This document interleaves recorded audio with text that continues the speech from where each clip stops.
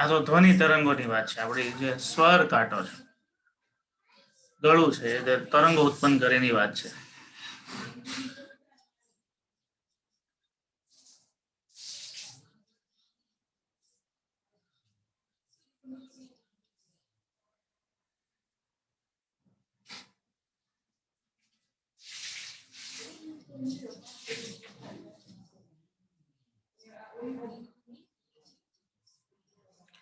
તરંગોના બે પ્રકાર બતાવે છે, લંબગત તરંગો અને સંગત તરંગો.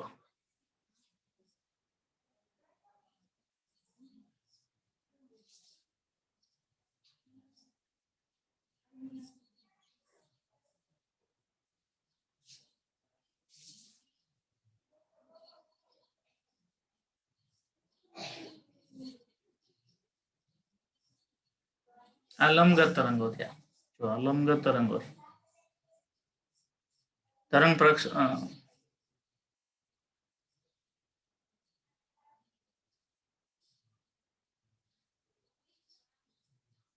તરંગ પ્રસરણ અને તરંગોના દોલનો પરસ્પર લંબ દિશામાં હોય.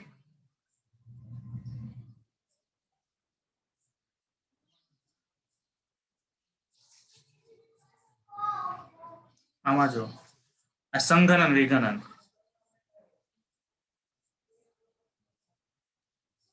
જ્યાં સ્પ્રિંગ ભેગી થાય એને સંઘનન કહેવાય અને જ્યાં સ્પ્રિંગ છૂટી પડે એને વિઘનન કહેવાય.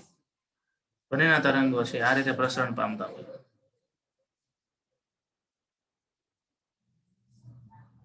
આ રીતે કોઈ પણ સ્પીકર ચાલતું હોય ને તો સ્પીકરનો ડાયફ્રા, અને ડાયફ્રા કહેવાય, એ ધ્રુજારી લેતો, જોયું છે, ધ્રુજારી લેતો હોય. એટલે એની સાથે જે હવા જોડાયેલી હોય ને એ હવામાં ધ્રુજારી આવે, અને ધ્રુજારી હવામાંથી પસાર થતી થતી થતી થતી આપણા કાનના પડદા સાથે અથડાય એટલે આપણે સાઉન્ડ સંભળાય છે.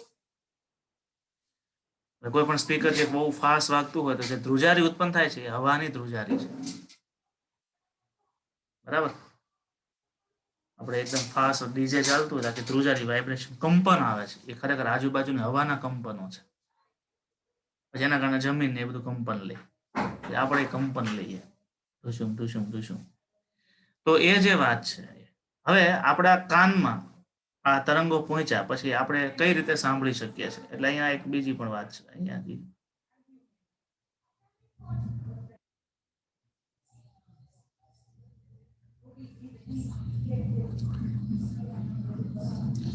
તમે સોલિડ નો સરિયો હોય તો તમારી ઘરે કોઈ રેલિંગ હોય, રેલિંગમાં એક બાજુ સરિયો લગાડો અને બીજી બાજુ કાન રાખો તો અવાજ આવે છે, તો એમાં પણ સંઘનન વિઘનન થાય. એના કારણે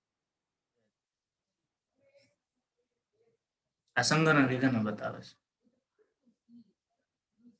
એ રીતે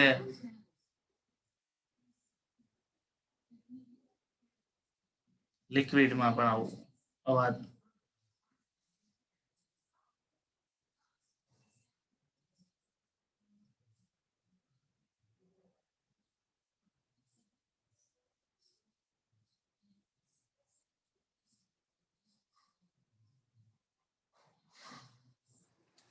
એટલે હવામાં છે એ ધ્વનિના તરંગોનો વેગ એકદમ ઓછો. આ છે ને એકદમ તરંગોના બેઝિક છે, એ તમને કહું છું. કારણ કે ધ્વનિ તરંગોની વાત આવશે પણ આવી રીતના તમને આમ એનિમેશનથી સમજાયું હોય, કારણ કે સંઘનન વિઘનન એ પેલા શબ્દ આપણે માટે એકદમ હાવ નવા હોય. બરાબર. કદાચ તમારે 9મા 10મામાં આ કે ધ્વનિના તરંગોની વાત આવી હતી ત્યારે આ બધા વાત આવી હોય, પણ આમ ખબર ન હોય સંઘનન વિઘનન કોને કહેવાય, કેવી રીતે તરંગોનું પ્રસરણ થાય. ચલો આગળ જઈએ. હવે આપણે મુદ્દા ઉપર આવીએ. તો તરંગોના પ્રકારની વાત આવતી હતી કે જેમાં લંબગત તરંગો છે એનું પ્રસરણ, બરાબર, એ દોલન તલ કરતા લંબ હોય, અને સંગત તરંગોનું પ્રસરણ છે દોલન કરતા દિશામાં જ હોય. જેમ કે ધ્વનિના તરંગો, જેમ કે પ્રકાશના તરંગો, દોરીના તરંગો લંબગત તરંગો છે. તો પ્રકાશના તરંગો છે લંબગત કહેવાય પણ પાછા બિન યાંત્રિક છે, માધ્યમની જરૂર નથી. ધ્વનિના તરંગો સંગત કહેવાય, પાછા યાંત્રિક કહેવાય. શું કામ કે ધ્વનિના તરંગોને માધ્યમની જરૂર પડે છે, એટલે પાછું બેમાં ક્રોસ બી થાય, એના બે પાર્ટ આવે. તરંગોની જ્યારે વાત આવે ને ત્યારે એમ બોલવું પડે કે તરંગો લંબગત છે, સંગત છે, ને યાંત્રિક છે કે બિન યાંત્રિક. એ રીતે યાંત્રિક એ છે અને લંબગત છે. તો દોરીના તરંગો, લંબગત છે અને બિનિયંત્રિક છે તો પ્રકાશના તરંગો, સંગત છે બરાબર, તો સંગત તરંગો હોય એ યાંત્રિક જ હોય કારણ કે માધ્યમની જરૂર પડે છે. સંગત તરંગો ક્યારે બિનયાંત્રિક હોતા નથી. તો એ વાત છે. ચલો કોઈ વિદ્યાર્થીને આમાં પૂછવું હોય તો રાઇઝન કરશે.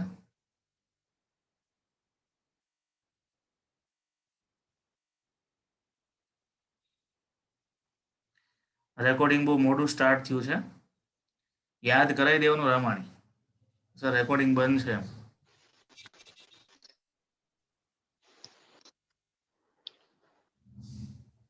Hello sir. હા દક્ષિતભાઈ બોલો. 11મા દાખલાની બીજી રીતનો વાળો સ્વાધ્યાયનું પેજ તમે ગ્રુપમાં નથી મૂક્યું. આગલા ચેપ્ટરનું દોલન છે. હા હા બીજી રીત વાળું પેજ નથી. હા થઈ ગયું છે.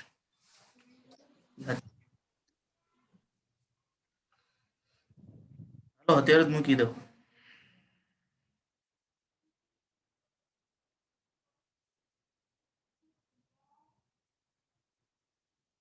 કોઈ વિદ્યાર્થીને કઈ ક્વેશ્ચન હોય તો રાઇઝન કરે.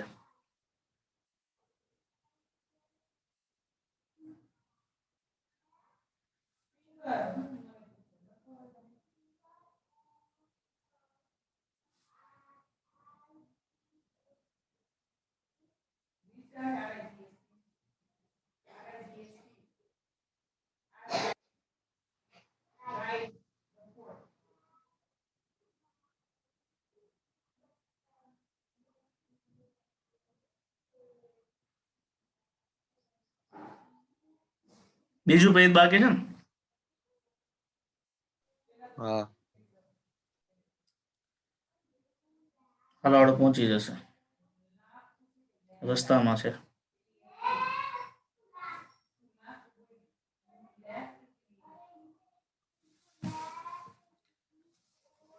સોલંકી ધોલા, શું નામ છે? ધોલા ભોલા, બોલો ભાઈ. Hello sir. હા આપણે આ તરંગો ઉદ્ભવ થાય એ પૂરા ક્યારે થાય? તરંગો ઉદ્ભવ થાય પૂરા થાય અનંત સમય પછી. અનંત સમય પછી પૂરા થાય. તો આપને એટલે એમ કહેવાનું છે ને, કોઈ વૈજ્ઞાનિક કીધું હતું કે શ્રી કૃષ્ણ ભગવાન જ્યારે ગીતા બોલ્યા તો એના શબ્દો હજુ વ્યાપક છે. સૂક્ષ્મ દોલનો, સૂક્ષ્મ વાઇબ્રેશન,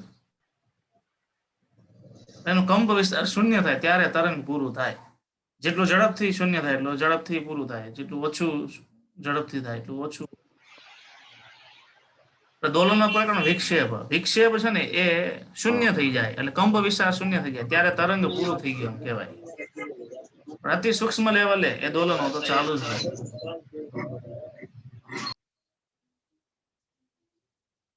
એટલે એનું પૂરું થવા માટેનો સમય તો બહુ મોટો હોય છે. એ સિવાય કઈ કોઈને કઈ ક્વેરી હોય તો.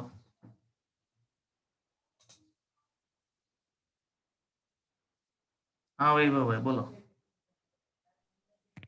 Hello sir. હા થોડું જોરથી બોલજે. હા હેલો. હા હા સર, આપણે જે બોલ્યા હોય એના તરંગો હોય ને એ તો હવામાં રહે જ ને. આ તો રહે છે ને, હું ક્યાં ના પાડું છું. આ ઈ આપણે બીજી વાર નો સાંભળી છીએ. અતિ સૂક્ષ્મ હોય એટલે કેમ સંભળાય? અતિ તો સૂક્ષ્મ આપણે બોલ્યા હોય એક વાર બોલ્યા હોય એ કેમ બીજી વાર સંભળાય નહીં? પહેલી વાર આપણે બોલ્યા હોય એ સંભળાય, બીજી વાર નો સંભળાય. અતિ સૂક્ષ્મ હોય તો કેમ સાંભળવા? ઇયરફોન છે, માનો કે તારું વોલ્યુમ મોબાઈલ નું ધીમું કરી દે તો તારો કાનનો પડદો કે સાંભળી શકે છે? નહીં. જો એના માટે સાંભળવા માટે બીજી તમને વિડીયો બતાવું છું. જો આપણો કાન કેવી રીતે કામ કરે છે, કેવી રીતે આપણે સાંભળી શકીએ છીએ, એની પણ એક વિડીયો છે. આ સાથે સાથે વાત આવી છે તો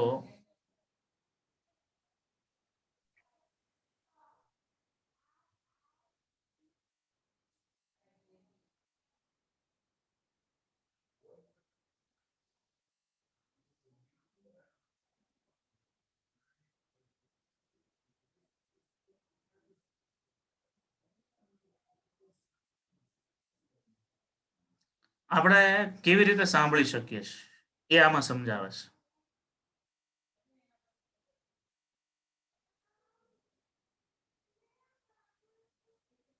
જો એટલે આપણા કાનની અંદરની રચના,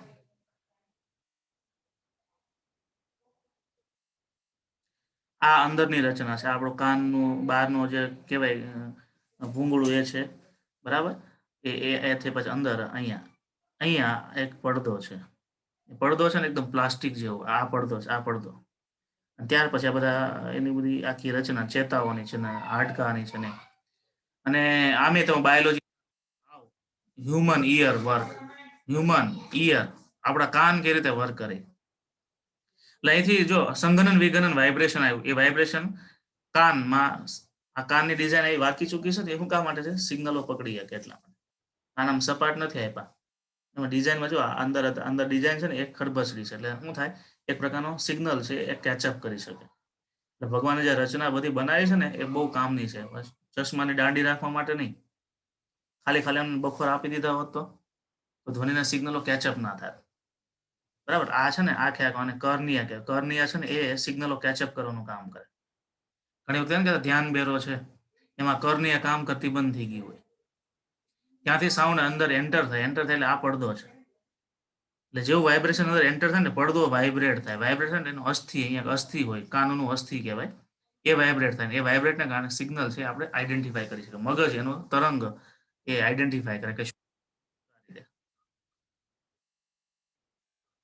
આ એર ડ્રમ એટલે પડદો થાય, એને મેમ્બ્રેન કહેવાય. સ્પીકર કેમ વાઇબ્રેટ થતું, એમાં એર ડ્રમ છે વાઇબ્રેટ થાય. ઘણી વખતે ખબર છે બહુ તમે હેવી સાઉન્ડ સાંભળો એટલે તમારા કાન દુખવા મળે છે, કારણ કે એર ડ્રમ છે આ પડદો સહન ના કરી શકે. અને એકવાર ધાક બેસી જાય, ધાક બેસવો એટલે પડદામાં સોજો આવી જવો. બહુ હેવી સાઉન્ડ સાંભળો તો પડદો તૂટે, એટલું વાઇબ્રેશન વધે પડદો તૂટે, બી ખરા.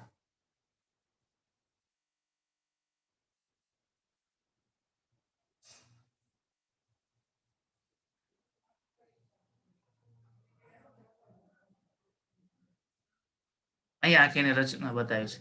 અહીંથી સિગ્નલ આવે, આમ વાઇબ્રેટ થાય, અહીંથી અહીંયા ટ્રાન્સફર થાય, અહીંથી અહીંયા ટ્રાન્સફર થાય, અહીંયાથી અહીંયા આ ચેતાઓ છે, ચેતાઓમાંથીનું સિગ્નલ આપણે.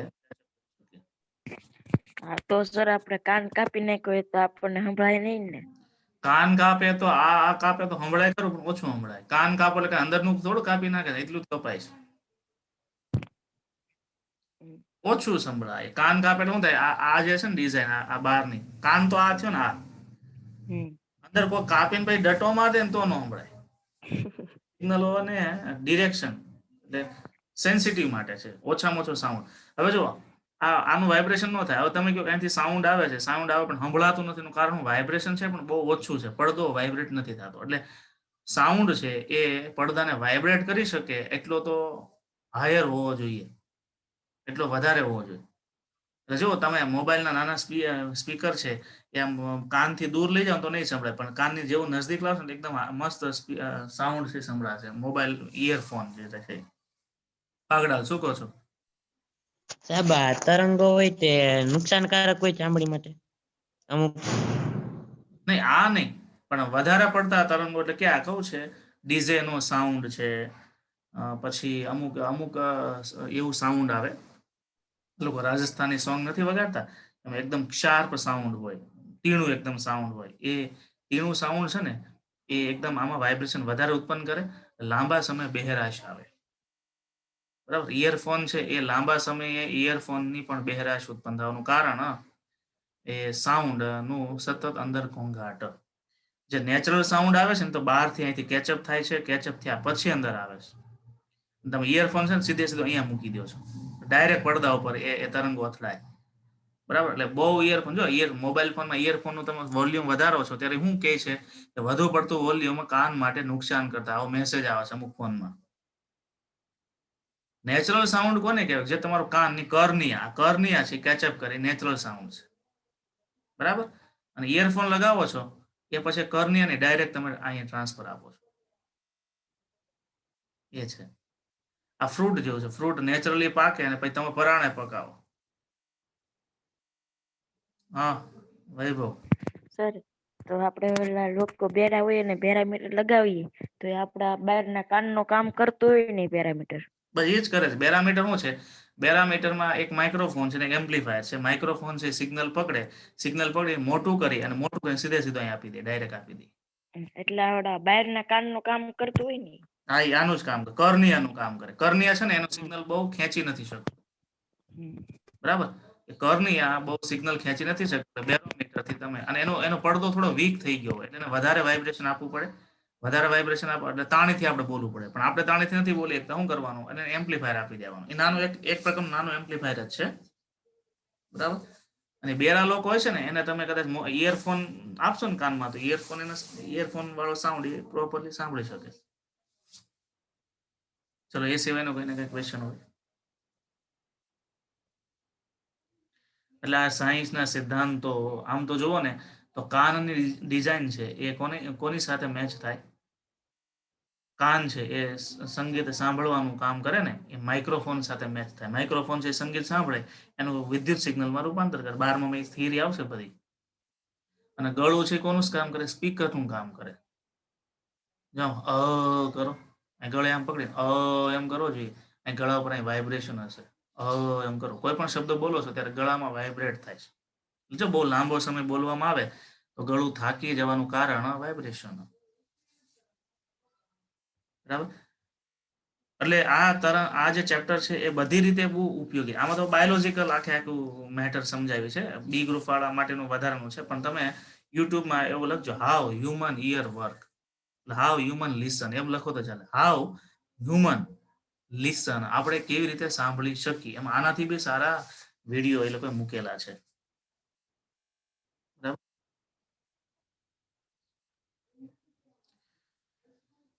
એટલે વિદ્યાર્થીઓ કોઈ પણ થિયરી છે ને એને શક્ય હોય ત્યાં સુધી પ્રેક્ટિકલ બેઝથી સમજવાની ટ્રાય કરવાની. તો જો આપણે ક્યાં હતા? લંબગત તરંગો અને સંગત તરંગોમાંથી કેટલું અંદર તમે ખોળો તો એમાંથી કેટલું મળે છે. ગોખી નાખો તો બસ ગોખી નાખે છે, કઈ સમજતા નથી. પણ એને સમજવા ટ્રાય કરો તો તમે પ્રશ્ન પૂછો તો તમને વધારે ડેપ્થ બી સમજાય. અને તમને આ બધા ક્વેશ્ચનો પહેલાય થયેલા હોય. આ ચેપ્ટર તમારે ક્યારે આવતું કલસરિયા? 9માં 10માં ક્યારે ભણ્યા હતા? 9માં આવતું? 9માં. ત્યારે આવું કઈ કોઈ બતાવ્યું નહીં હોય કે કઈ કીધું હતું આવું કઈ બધું હોય છે એમ ધ્વનિ માટે? 9માં તમારે ધ્વનિનો એક ચેપ્ટર આવતું ને, ધ્વનિ માટેનું. હલો? આવતો સાહેબ, પણ ડીડી સાહેબે કઈ બહુ એટલું બધું નતું સમજાવ્યું. ડીડી સાહેબ ને ખબર ન હોય. હા, એવું થતું છે. બધા જ માનો કે મોબાઈલ નો યુઝ તો બધા ફેકલ્ટી કરી શકે છે, વિદ્યાર્થી કરી શકે છે. હું કદાચ ગુરુકુળમાં આપણે સ્માર્ટ ક્લાસમાં આ વસ્તુ બતાવી શકીએ, પણ સ્માર્ટ ક્લાસ નો ઉપયોગ કરે તો થાય. 9માં 10માં સ્પેશિયલ આપણે સ્માર્ટ ક્લાસ આપેલો છે. અને શિક્ષકોને આળસ હોય છે. કેવી રીતે સારું ભણાવવું, કેવી રીતે સારામાં સારું વિદ્યાર્થીઓને આપવું, તો શિક્ષકો જો રસ લે તો થાય. બાકી અહીંયા હું તમને કીધું કે આ ટેબલ ગોખી નાખજો તો એમ થઈ શકે. મારે કલાક બગાડવાની ક્યાં જરૂર છે? પણ એવું નથી. સાયન્સ એ સમજવાનું છે, ગોખવાનું નથી. સમજીને તૈયાર કરો અને બહુ મોટો ફાયદો થાય. આ બધા કન્સેપ્ટ 12મા માટે પણ ખૂબ ઉપયોગી છે. એટલે હું મહેનત કરું છું. 12માં મારે એટલું તમને ઓછું કરાવવું પડે. અને અત્યારે તમારા 11માના જીનીટ લેવલના કન્સેપ્ટ છે એ પણ ક્લિયર થાય, સમજીને તૈયાર કર્યું ત્યારે. બરાબર? તો યાંત્રિક તરંગો કોને કહેવાય, બિન યાંત્રિક તરંગો કોને કહેવાય, એની વાત આપણે કાલે લઈશું. બિન યાંત્રિક તરંગોની શક્ય હશે ને તો એકાદી વિડીયો પણ હું તમને બતાવીશ. બિન યાંત્રિક તરંગોને એક વિડીયો આજે જ બતાવી દઉં છું. બિન યાંત્રિક તરંગો જેમાં માધ્યમની જરૂર નથી પડતી. એટલે બાકીના પછી મુદ્દાઓ છે ને મારે તમને ડાયરેક્ટ સમજાવવાના રે. બરાબર? લંબગત અને તરંગ સંગત કેવી રીતના જોઈને પછી આપણે પૂરું કરીએ. બિન યાંત્રિક તરંગો જેને આપણે EM વેવ કહીએ છીએ, 12માંથી હું એક વિડીયો તમને બતાવું છું.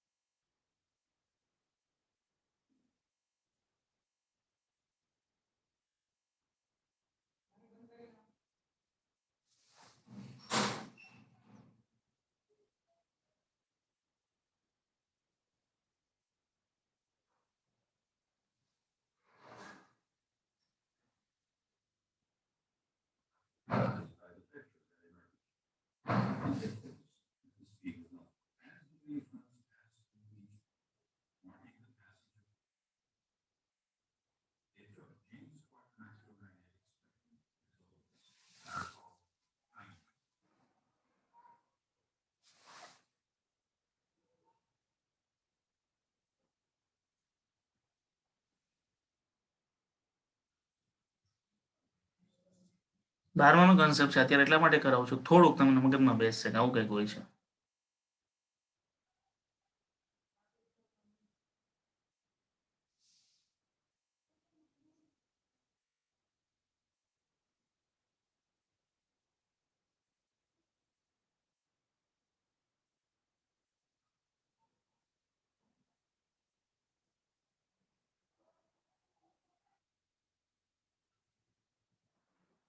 આ જે છે ને એ વિદ્યાર્થીઓ મેક્સવેલ અને હર્ટ્સ નામના બે સાયન્ટિસ્ટ છે. હર્ટ્સનું નામ તમે કંઈક સાંભળ્યું હોય કે જેમાં આપણે આવૃત્તિનું માપન કરીએ છીએ હર્ટ્સથી. ઓરિજિનલ વિડીયો છે મેક્સવેલ અને એમાં જે છે ને એ આ આકૃતિ તમારે ખાલી જોવાની છે.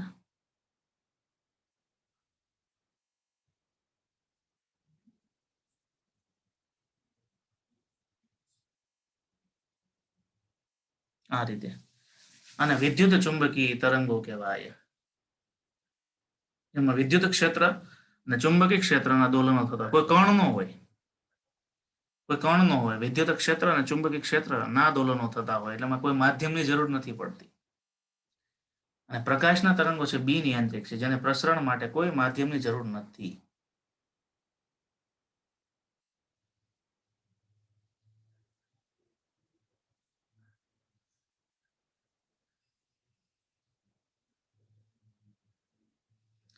અને આમ તમે જો તો આ લંબગત છે. શું કામ કે તરંગ પ્રસરણ અને દોલનો પરસ્પર લંબ દિશામાં છે. આને કહેવાય બિનિયંત્રિક લંબગત તરંગો. એટલે પ્રકાશના તરંગો આવી રીતે હોય. બરાબર. અહીંયા આપણે પૂરું કરીએ. જય સ્વામિનારાયણ.